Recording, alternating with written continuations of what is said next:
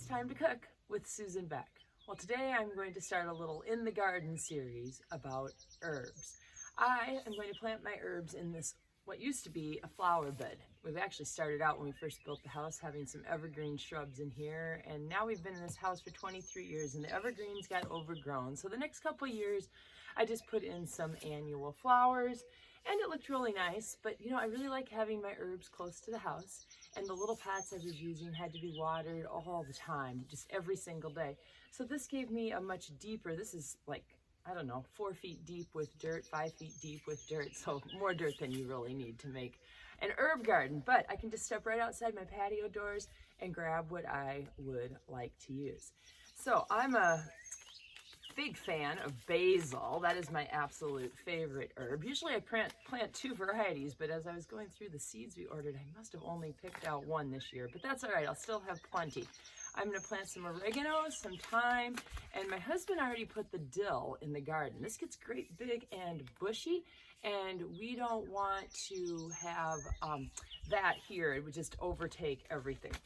I also, for the first time, saved my cilantro seeds, and actually my dill seeds too I didn't buy. I've got those saved. So I am going to show you what these seeds look like. Little by little, I'm trying to learn how to save my own seeds.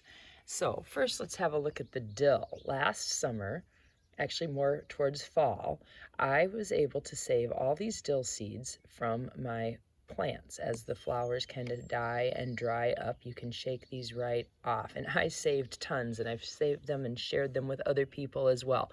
You can see a few little stems and things mixed in there, but no big deal. We're just mixing this back into the ground with the dirt, and those will decompose. I also found it was extremely easy to save cilantro seeds, partly because of the size of them. I actually found them dropping off onto this ledge around my planter.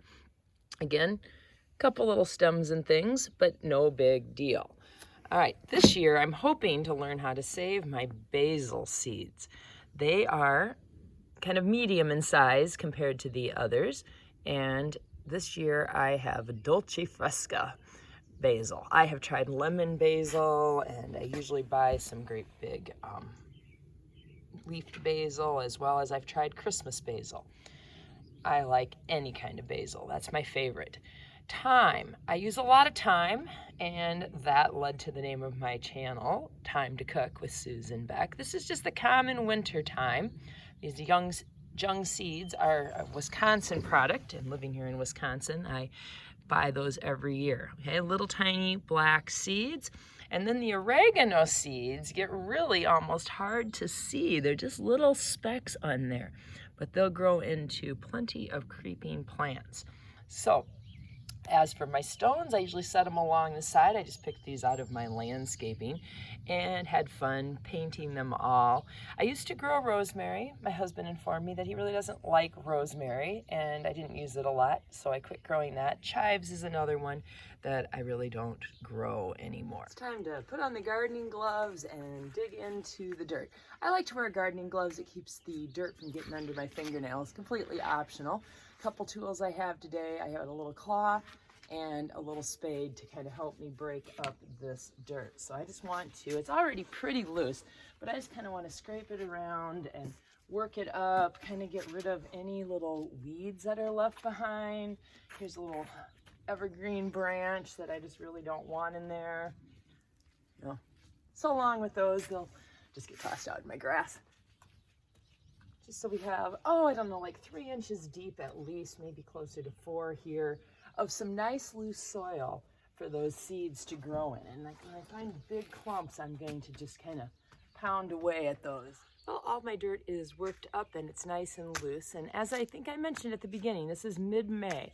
Anytime after Mother's Day in Southwest Wisconsin is a pretty good time to start planting any seeds you want to grow. You don't want any frost to hit these herbs, so I don't want them coming out of the ground as little seedlings unless I'm sure there is going to be no more frost. up here on this flower bed, if I do have any worries, I could always throw a big blanket over the top of them and protect them overnight. But it's the mid-May season and I think we should be okay. All right, this is a large bed. I'm gonna have 4 different herbs in here and I'm going to split this up into 4 sections and then put my little stones next to them to mark it.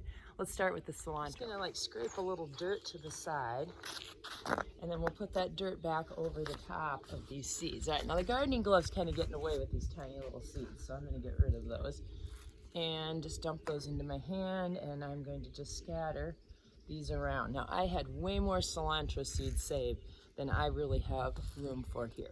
So then I'm just gonna take my shovel and just lightly cover them up with that dirt that I moved over here. Just kind of press it down a little bit. Then we will be adding some water on all of our seeds when we are done, just to get them started with a little bit of moisture. Continuing on, I'm just gonna scrape away a little layer, putting in my favorite now of basil. Oh, I use basil in all of my pasta dishes. I love to make homemade pasta. If I'm sauteing vegetables, I like to put in some basil. So take those seeds again and just scatter them around in here. And make a little bit more there for my basil. Oh, yum, can't wait till this stuff starts to grow. All right, I'm just gonna do the same thing as I plant my thyme and my oregano. All right, we'll finish it off with a little bit of water.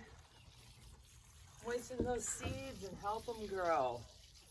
If you don't want to put your herbs in pots, all of them can be sown directly in your garden. Just hoe a row and plant your seeds.